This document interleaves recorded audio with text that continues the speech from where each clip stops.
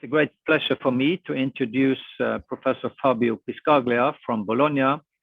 He's a world-renowned expert in the field of contrast-enhanced ultrasound, and he has also participated in many of the guidelines we have in AFSUM and WFUM.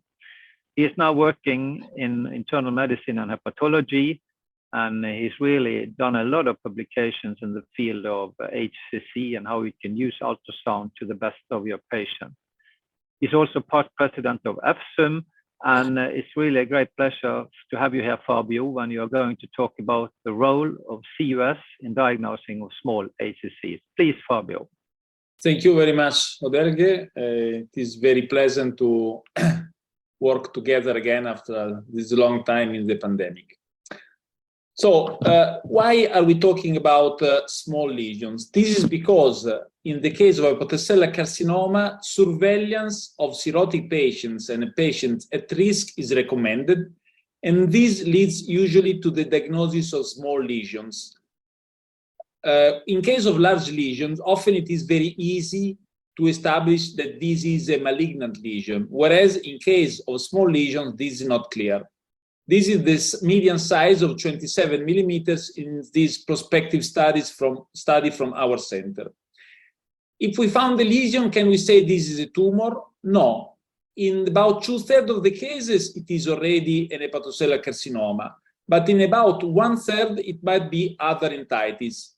Macroregenerative nodules, dysplastic nodules, these are non-malignant. It might be other types of primary malignancy, not very common, but they occur. Sometimes it is only cirrhosis. This is one study. This is another study. You can see vast majority, these were not all small, but the large majority, in case of small, were HCC, but there were also lymphoma, regenerative nodules. And to summarize, these are 4 studies from different countries, from Spain and from Italy. And to summarize, when we found the focal liver lesions in patients with cirrhosis, if they are very small, the lesion is between 1 and 2 centimeters, about 65% are already hepatocellular carcinoma, HCC. If they are between 2 and 3 centimeters, 85%.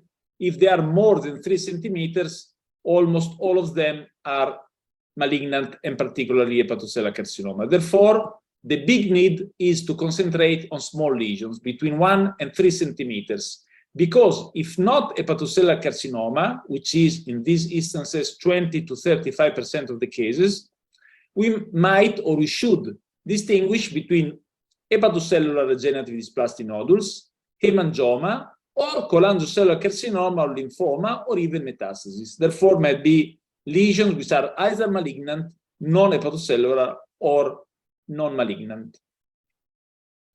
When we found during surveillance a lesion, unfortunately, ultrasound alone is unable to establish the diagnosis. You see all these lesions, they might look similar to each other, but finally they were of different types. Some were malignant and some were non-malignant. Therefore, we know that ultrasound alone is not enough. Even when we found the lesions that in patients without any risk factor we classify as typical hemangioma, hyperechoic, well-defined borders, small lesions, in case that these emerge in cirrhosis, the probability that these are hemangioma is very low. And in particular, if they were already present concurrently with the diagnosis of cirrhosis, half of the cases were still hemangioma, but half were hepatocellular carcinoma. If the lesion was not present 6 months before and developed during surveillance, then the probability of hemangioma is almost 0%. Therefore, there is no lesion, small lesion, that we can establish is of any type of hepatocellular nature without further type of imaging. Therefore, in the past, we resorted to biopsy because there was no way to distinguish between these different lesions. However, this might be a solution even today. Nonetheless, we don't find this solution appropriate because some liver locations cannot be safely reached with biopsy needles. ascites or clotting abnormalities like low platelet count may prevent safe biopsy. Multiple nodules may be present and we cannot biopsy all of them. Moreover, even when biopsy is possible, sometimes well-differentiated hepatocellular carcinoma may be difficult to be distinguished from high-grade dysplasia in small specimens. Cytology alone, in fact, even though it might be more convenient because it requires smaller needles, is insufficient for diagnosis of well-differentiated HCC. Moreover, given the difficulty to target small lesions and the trouble in differentiating well-differentiated HCC from dysplastic lesions, there is a risk of up to 30% of false negative results. Therefore, biopsy is not the final solution. Therefore, we have all resorted to contrast imaging. The possibility to distinguish the different type of lesions, and here are displayed large determining nodules, low-grade dysplastic nodules, high-grade dysplastic nodules, early hepatocellular carcinoma, well-differentiated hepatocellular carcinoma, and classic or mature hepatocellular carcinoma, is based on the changes of vascularization, because we know that malignancy is associated with neoangiogenesis. I don't go into the detail of how the Japanese authors were able to distinguish comparing imaging pre-surgery with histological, pathological specimens, but they were able to display that during the development of cancer, there is a growth of neo-arterial vessels, which are represented in gray. And as you can see, in the late stage, they are richer, much more present than the normal arteries. And this also means that in the initial stages, there are some lesions which are hypovascular. It means that they do not show more arterial vessels than the surrounding cirrhotic parenchyma. At the same time, we have a loss of portal vessels, which translate into the late phase into washout, hypo-enhancement in the portal phase. As you can understand from here, some lesions already have washout, while other hepatocellular carcinomas still have some portal vessels, and therefore they might not display washout. If you keep in mind this image, you will understand very well what we are going to display. Following this description of the changes in the vessels in the progression from regenerative nodules to liver cancer, the first guidelines released on hepatocellular carcinoma in 2001, 20 years ago, endorsed the possibility to establish a diagnosis of hepatocellular carcinoma in the presence of arterial hypervascularization, hyperenhancement, regardless of the technique to detect it, the angiography, CT, or MRI, or Doppler, in lesions that were at least 2 centimeters. These criteria were refined a few years later, in 2005, when the definition of hyperenhancement in the arterial phase followed by washout was first established, first accepted. And this, at that time, had to be detected by 2 techniques in small lesions because of the difficulties and the novelties to be sure that that was an hepatocellular carcinoma. Therefore, this seemed to be very easy from there on, because at that time, as you can see here, also contrast ultrasound was already endorsed.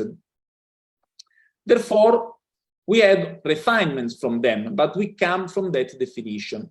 The refinements that have been introduced took place in the last 10 years because under the category of arterial hyperenhancement and washout, also some cholangiocellular carcinoma were found. It means that there was a demonstration of some, despite very limited, risk of false positive diagnosis of hepatocellular carcinoma in the instance of cholangiocellular carcinoma. This led to the refinements, and we will see later what is the definition. However, all the guidelines accepted this definition of arterial hyperenhancement a washout. However, there was this definition and then the rest of the world. However, we know that not all other lesions are the same. And even when you don't reach the criteria for the diagnosis of HCC, nonetheless, you might still have an HCC. And in fact, I showed, according to this graph, that there are some HCC which do not have hyperenhancement and others which don't have a washout. Therefore, we should biopsy all of the lesions that do not reach the diagnosis of HCC, but we know that not all of them are technically reachable. Therefore, despite the innovations of the guidelines, this did not solve all the problems of communicating the diagnosis and achieving the diagnosis. Trying to help in this field, the American College of Radiology established a working group that defined the criteria of the linear imaging reporting and data system. This is a standardized terminology and the definition of criteria to interpret and report imaging examination of the liver. It categorizes liver lesions not only in hepatocellular carcinoma and the rest of the world, but it categorizes the lesions into different classes. And this helps to reduce imaging interpretation variability and errors, even the wording, how to describe the enhancement patterns. These help to enhance the communication with the referring clinicians and also a better understanding by patients, and integrates the different modalities because regardless of the modality, you will fall in one of the classes. I would outline the need to improve the communication with the referring clinicians because we've seen many cases in which the clinician requested a contrast imaging technique because of a lesion at risk of hepatocellular carcinoma, and the report was the lesion that does not reach the criteria to establish a diagnosis of HCC.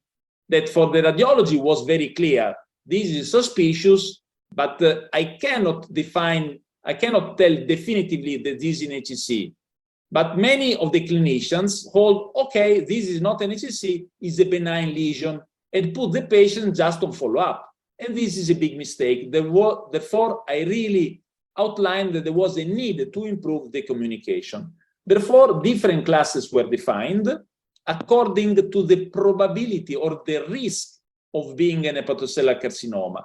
And this goes from LR1, the lowest risk, the lesion is definitively benign, to LR5, which is definitively an hepatocellular carcinoma, or LRM, which is a malignant lesions, but I cannot tell which type of cells.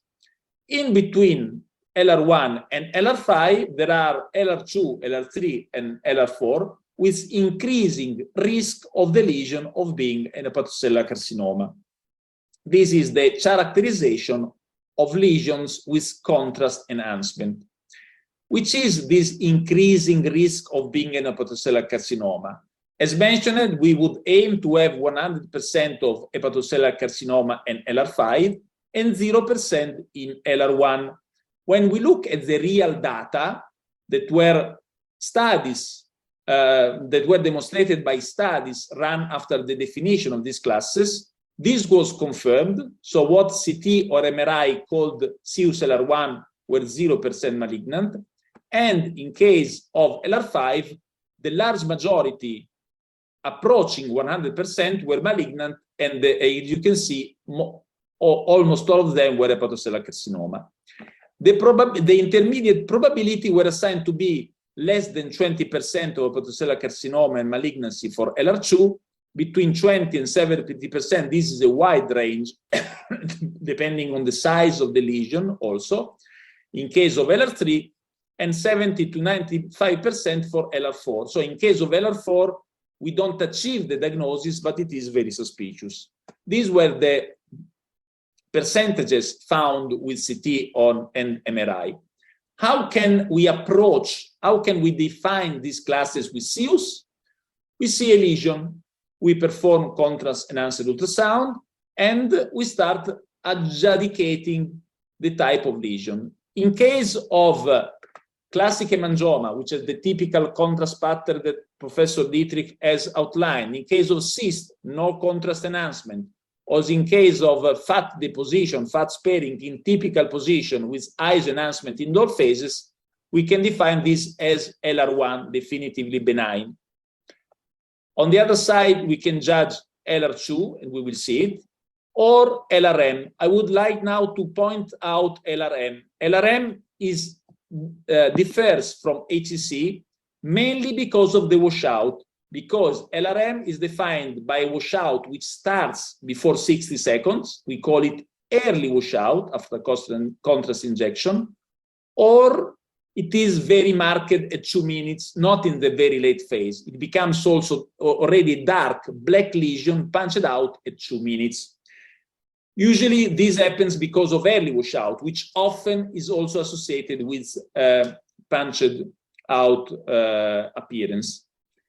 Even in case of rim enhancement followed by washout, regardless of the type, is typical of LRM, but this occurs less often. Therefore, we know LR1, LRM, and then if this is also not LR2, which is only for few lesions, which are either tiny, less than 10 millimeters, eyes enhancing, or pseudo lesions, then we should discriminate between LR2, LR3, and LR4, LR2. We will see later.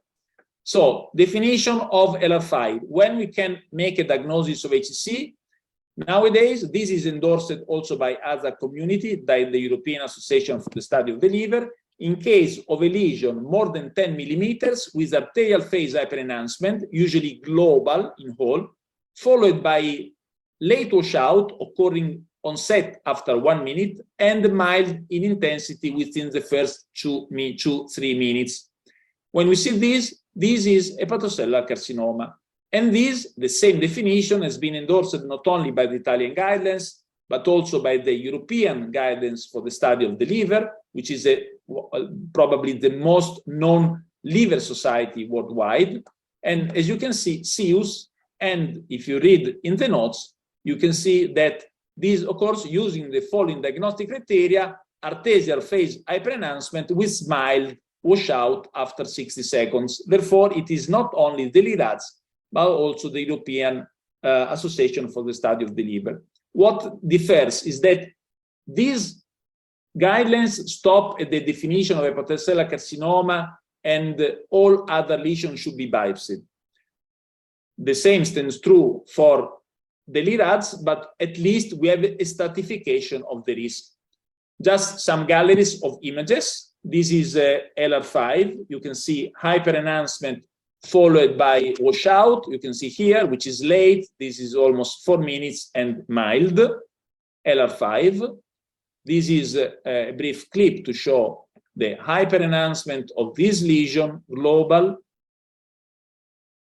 This we are 20 seconds, arterial phase, 30 seconds, ISO, 2 minutes. Now at 3 minutes, at 50, starts washout. So late onset and mild in appearance, LR5.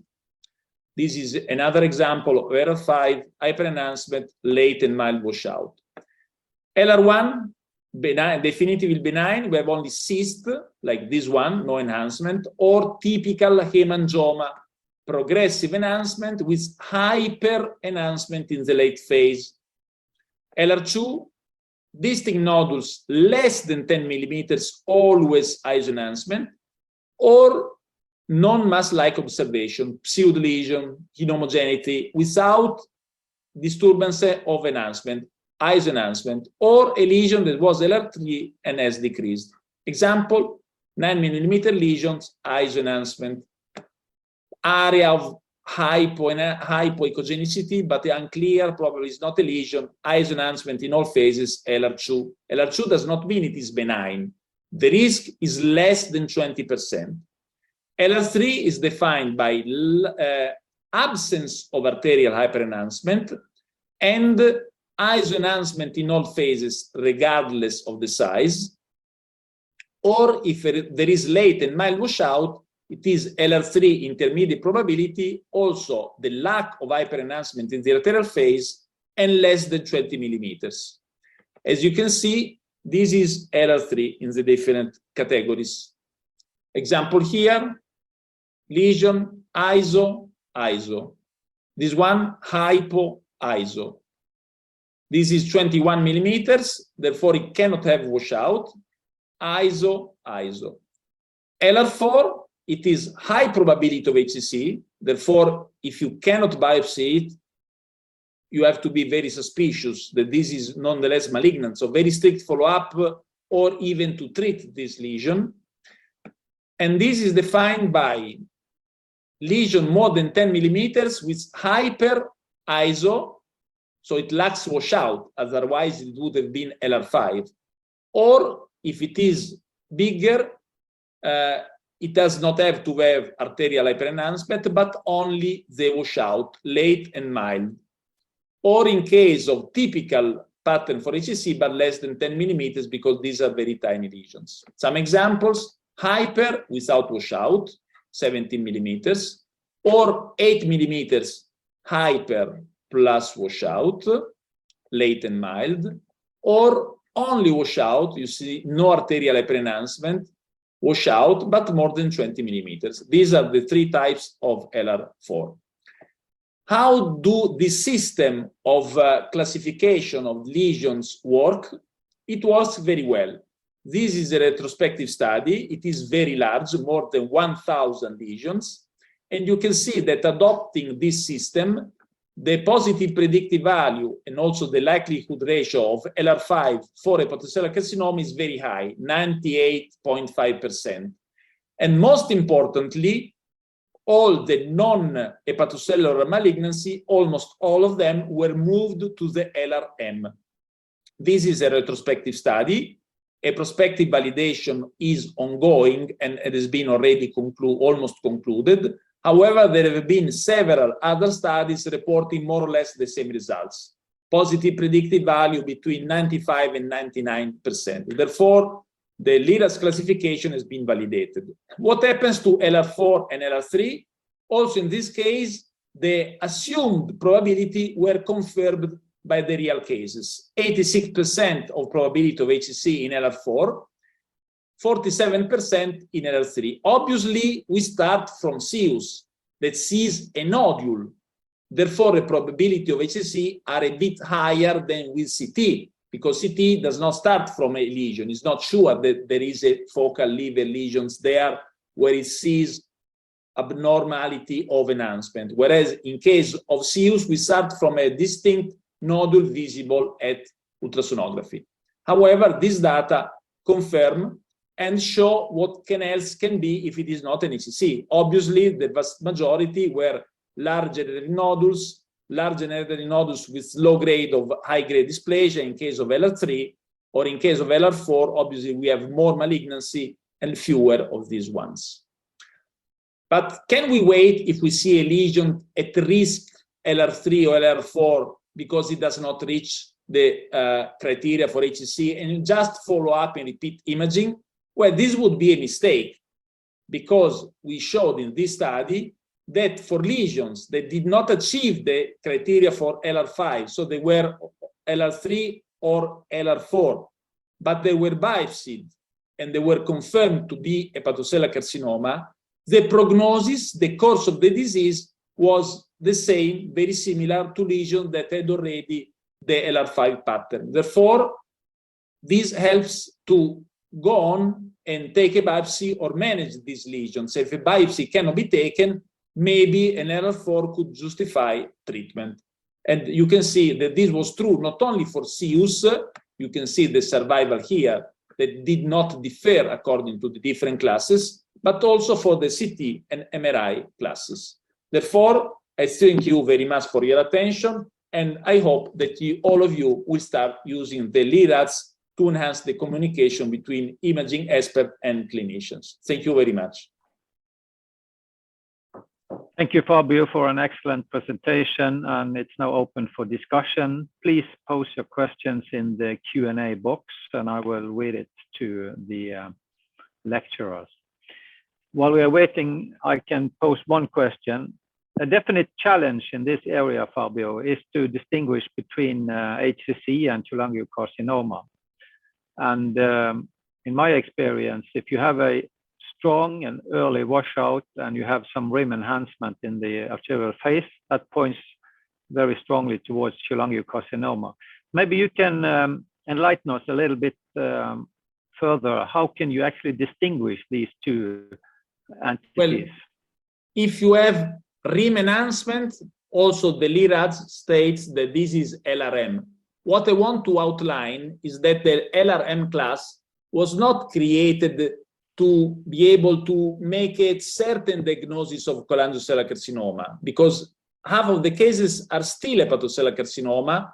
Most of them are poorly differentiated. What is important is that it cleaned the LR5 from the other malignancy, because we don't miss diagnosis, because the recommendation for LRM is to take a biopsy. Therefore, I don't see a big risk, because as you mentioned, if you have rim enhancement, probably it is not an HCC. If you have early or marked washout, it is LRM. So we cannot state what it is, but we have to take a biopsy. And this is helpful to diagnosis of cholangiocellular carcinoma or mixed hepatocholangio. And currently, given the increase in the number of drugs that we can use for these primary tumors, it is important to have a definitive diagnosis and potentially also to study molecular markers for these different types of lesions. Therefore, I agree that rim enhancement and early strong washout are suggestive of cholangiocellular carcinoma, whereas global, homogeneous, strong hyperenhancement points, in my view, more to hepatocellular carcinoma in the arterial phase, obviously. Thank you, Fabio. Also, while CEUS have developed over the last years, there is a less need for biopsy. Maybe you can comment on when do you actually do biopsy now? Can you comment on that? Yeah. Actually, the possibility to achieve an imaging diagnosis has reduced in the past a lot the number of biopsies. However, now we perform more imaging, we pay more attention, and with this classification, a number of cases that in the past were classified as HCC because had hyperenhancement plus washout, regardless of the technique, now can be categorized as LRM or undergo biopsy. However, the European guidelines endorse biopsy according to the center preferences, even in case when the diagnosis is already typical, or even after the first imaging technique, if it is not diagnostic. You don't have to need to have a second technique or a third technique and then go to biopsy. This is because now, as I mentioned, we have more drugs, more need to have a certain diagnosis, because if you had in the past only ablation, if it was a hepatocellular carcinoma or a hepatocholangio, it did not make a big difference. You ablate, whatever it is, you create necrosis. But nowadays, when the patient has recurrences, it is very important to know if you had a mixed or a pure hepatocellular carcinoma.